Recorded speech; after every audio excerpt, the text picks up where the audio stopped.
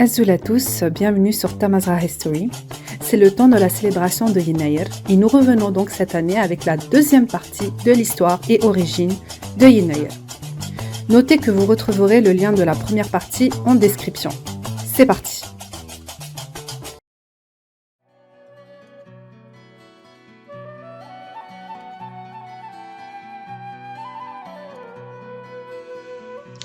Le calendrier amazigh moderne est un calendrier de tradition agraire nord-africaine, intérieur au calendrier romain. Combiné à la construction des mois du calendrier julien, il fut pensé et créé par le défunt berbériste chaoui Ammar Neghani. Le premier calendrier amazigh fut publié en 1980 ou en 2930 de l'année amazigh par l'association Tiduit Nagrif Amazigh, Union du peuple amazigh ou UPA, fondée par Neghani.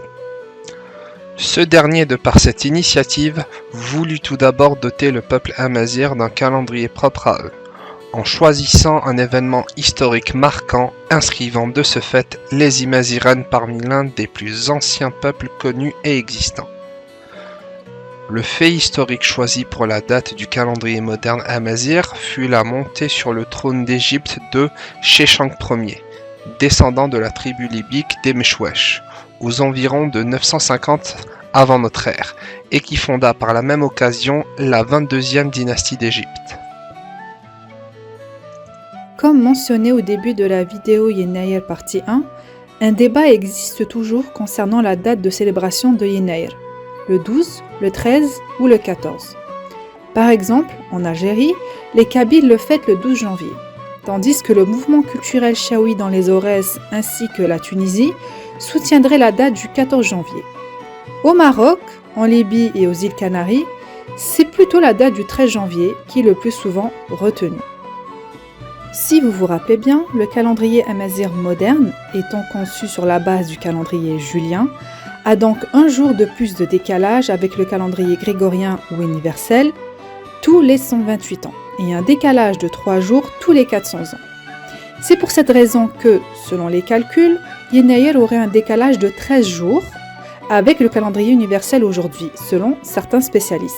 Sachant tout cela, en retirant le décalage de jours, on sait que le calendrier grégorien est le plus juste aujourd'hui. Et donc, Yenayr tomberait en réalité le 1er janvier, tout simplement. On peut dire qu'on continue de fêter le nouvel an amazigh entre le 12 et le 14 janvier, aujourd'hui, pour des raisons traditionnelles et symboliques de l'identité amazigh. Mais dans ce cas, allons-nous continuer de changer la date de célébration de Yenayr tous les 128 ou 400 ans ?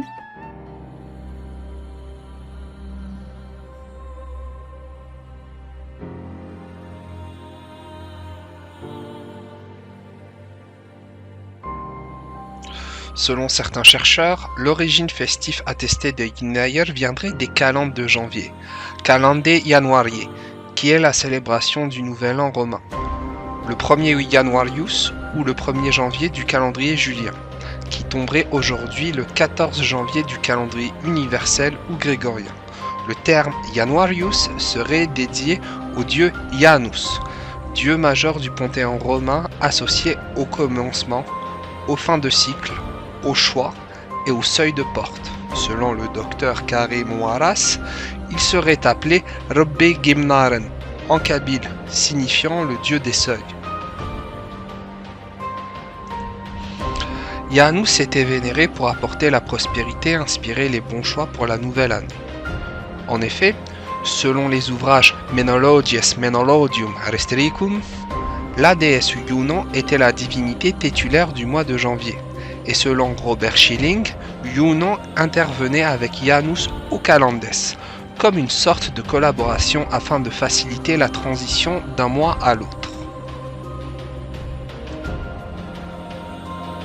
D'ailleurs, en Kabylie, en Algérie, Yenayr est qualifié d'Ixef Ousgouès ou Gaqarougouès, qui signifie la tête de l'année, ou bien de Thepurth Ousgouès, qui signifie la porte de l'année. Ce dernier est un terme qui, selon Jean Servier, est utilisé pour qualifier chaque période de temps entre deux saisons.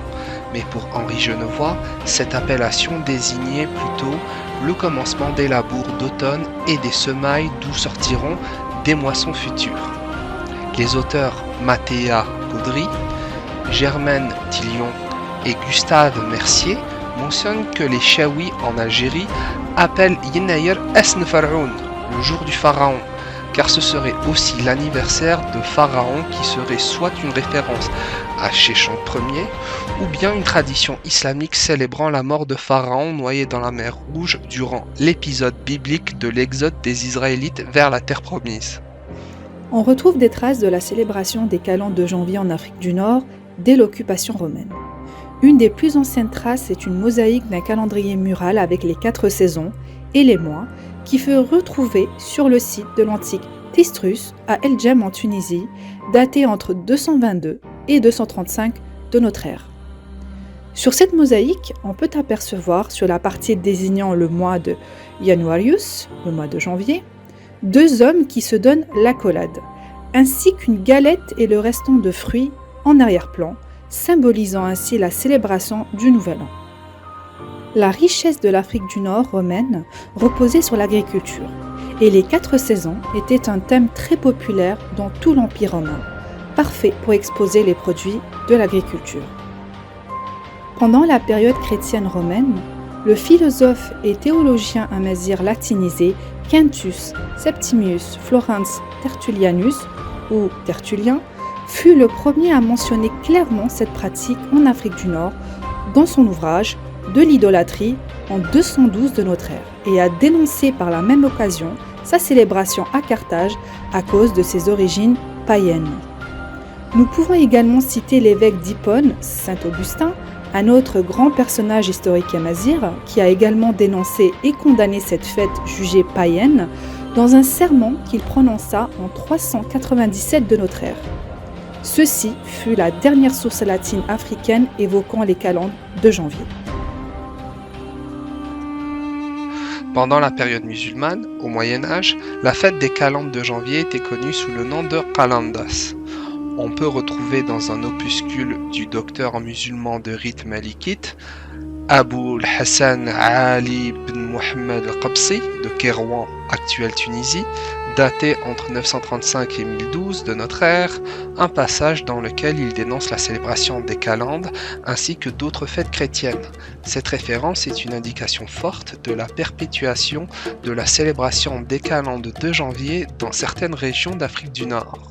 Durant cette même époque, comme l'affirme l'auteur Idir Plantade, dans l'ensemble du pourtour méditerranéen médiéval, nous n'avons de traces de l'utilisation du vocable Yennayer pour désigner le mois de janvier latin que dans un seul et unique lieu, l'Andalousie musulmane, car l'Andalousie wisigothe était bien plus profondément latinisée que l'agonisante Afrique du Nord byzantine à la même époque.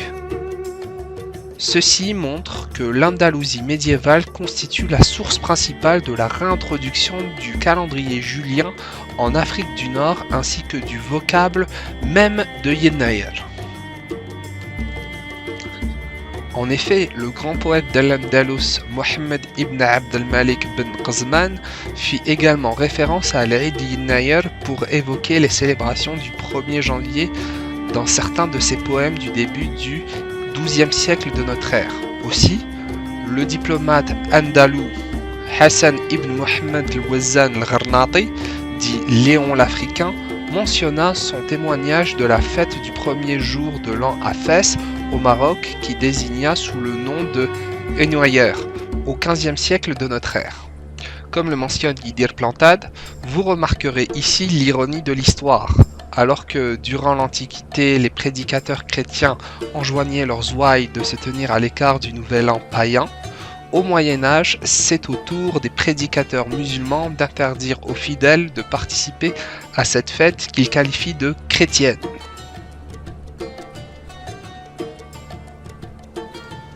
Ce qu'on retient ici et ce que dit bien Janine Drouin dans son étude, les calendriers berbères parus en 2000, les sociétés, quelle que soit l'ère islamisée, ont intégré, adapté, mixé les anciens usages et les nouveaux, le sacré païen et le sacré religieux se sont acclimatés et fondus l'un dans l'autre, comme nécessité protectrice et aprotropaïque, c'est-à-dire pour conjurer le mauvais sort.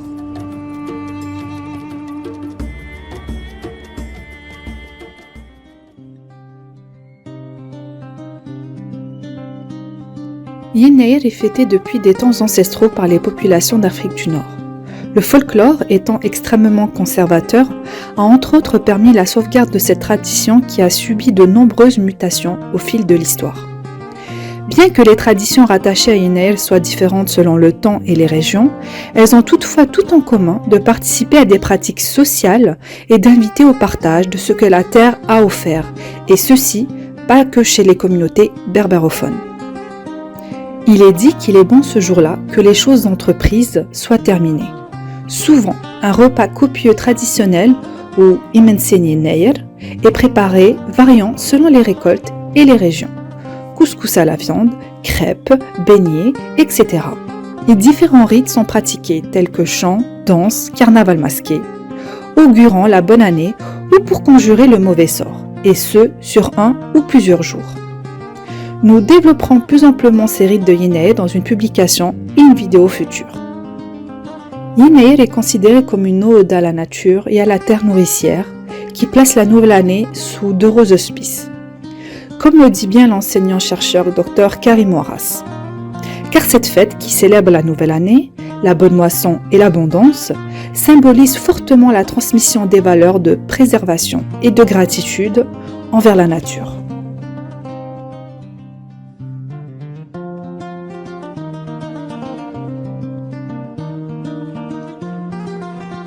Comme le dit Dr Ouaras, si Yenneir a survécu aux péripéties de l'histoire en traversant plusieurs millénaires, c'est qu'il revêt une importance majeure pour les sociétés amazirs de l'Afrique du Nord, qui le célèbrent continuellement. En effet, comme nous l'avons vu, plusieurs chercheurs s'entendent pour dire que la célébration de Yenneir, liée aux pratiques rituelles agraires amazirs ancestraux, date de bien avant Sheshonq Ier, pendant que d'autres penchent plutôt sur l'origine romaine. En conclusion, quel que soit votre avis sur la question, il faut retenir que Yenneir symbolise 3 éléments majeurs pour les Imaziren célébrant le rythme des saisons de la vie agraire. Premièrement, un attribut civilisationnel fondamental de par ses rites et coutumes perpétués de nos ancêtres à aujourd'hui qui respectent profondément la nature. Deuxièmement, une retombée socio-historique précieuse invitant à des moments conviviaux, festifs et de partage. Et troisièmement, à une forte symbolique identitaire du XXe siècle de par la création et l'utilisation du calendrier amazigh moderne, s'imposant comme partie intégrale du patrimoine culturel riche célébrant la solidarité.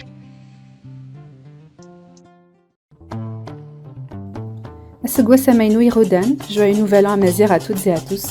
C'est la fin de cette vidéo et de la série sur l'histoire et l'origine de Yenneir. N'hésitez pas à la partager si elle vous a plu ou si vous avez appris quelque chose, à vous abonner et mettre un pouce. À bientôt pour de nouvelles vidéos.